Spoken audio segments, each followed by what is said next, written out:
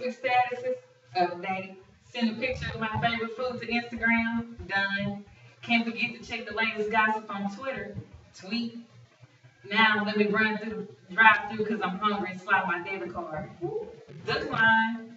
Sadly, News Digest reports that young adults check their social media statuses more than they do their own banking accounts. Now, when I was 17, I went out to college for the first time, uneducated about the cost of tuition, student loans, and budgeting.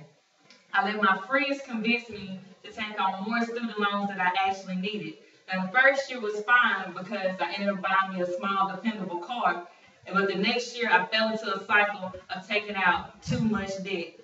And I didn't know how to budget, or I should have been paying for certain college expenses out of my own pocket. Now, many of us are either college students, have been to college, or plan on going to college, or just need to know how to budget in general. But what I want to do is, for those of us who want to be college students or are in college, show us how federal student loans can either put you in debt, teach you what debt is, and just give you tips to how to overall have a successful and financial stable future. Now, in an article written by John Wagner called "Personal Budgeting: Why do we even do it?" He said that budgeting is simply an effective means of managing one's money, and there's 2 points to budgeting: planning and controlling.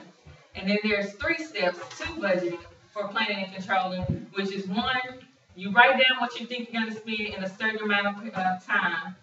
You record what you actually spend in that amount of time. And then thirdly, you compare what you spent versus what you thought you would spend to see if you over budget, if you spend too much money in one area, or if your budget's okay. Now, by understanding why that budgeting is necessary and knowing what it is, it's also important to prevent yourself from getting into debt. That's how you can keep a manageable budget. Now, the cost of tuition has gone up 42% at public colleges and then 31% at not-for-profit colleges, according to Christina Dale in her article called IOU.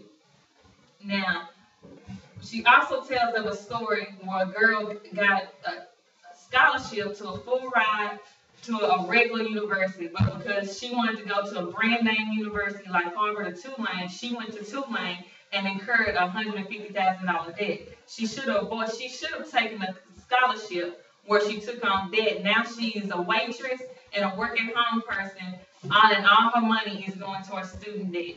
So there's some things you want to look at when you're getting ready to go off to college to help you with your budget. One, you want to look at, is the college going to offer me anything that I'm going to yield a harvest from? Find you a college that offers something like internships.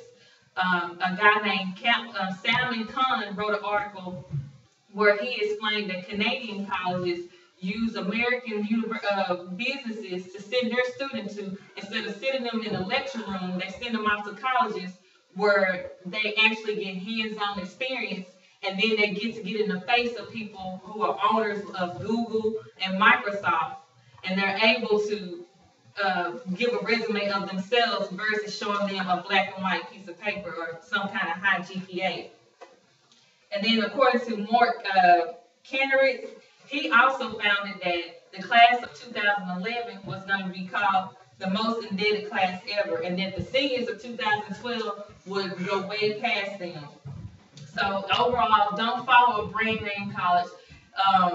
Make sure that you find a college that's going to fit your pocket. You don't want to spend more than, if you don't have Bill Gates money or Mitt Romney's money, find you a college. Start off at a local college if you have one, and try to keep your undergraduate loan borrowing at under $45,000.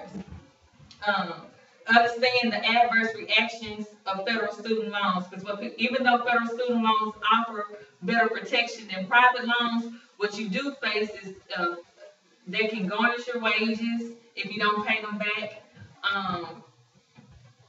They can take your income taxes. They can do things like that. But they do offer protection, such as the IBR plan, which if you pay, you get income based. They let you pay a certain amount, and then after 25 years, the rest of your loan is forgiven. Now, Just like I said, choosing a good college, you also want to choose basic tips. First, in the beginning, I said that you want to write down what you spend and watch so you can see where you're spending your money. If you're spending $4 every day on a latte, then you might want to reevaluate that. Find coupons in the Sunday paper. Check out your meal plans. It's cheaper to buy out to lunch than to buy dinner. It's cheaper to buy a box of cereal for the week rather than spend breakfast and spend money on McDonald's. And you also want to be conscious of when you're going out spending. Don't be so conscious as to, I'm only going to spend $20 on this, because sometimes it could backfire, according to an article that was written called When Budgeting Backfires by Larson and Hamilton. What you want to do is just make wise choices about your spending. Budgeting is not meant to be a burdensome task.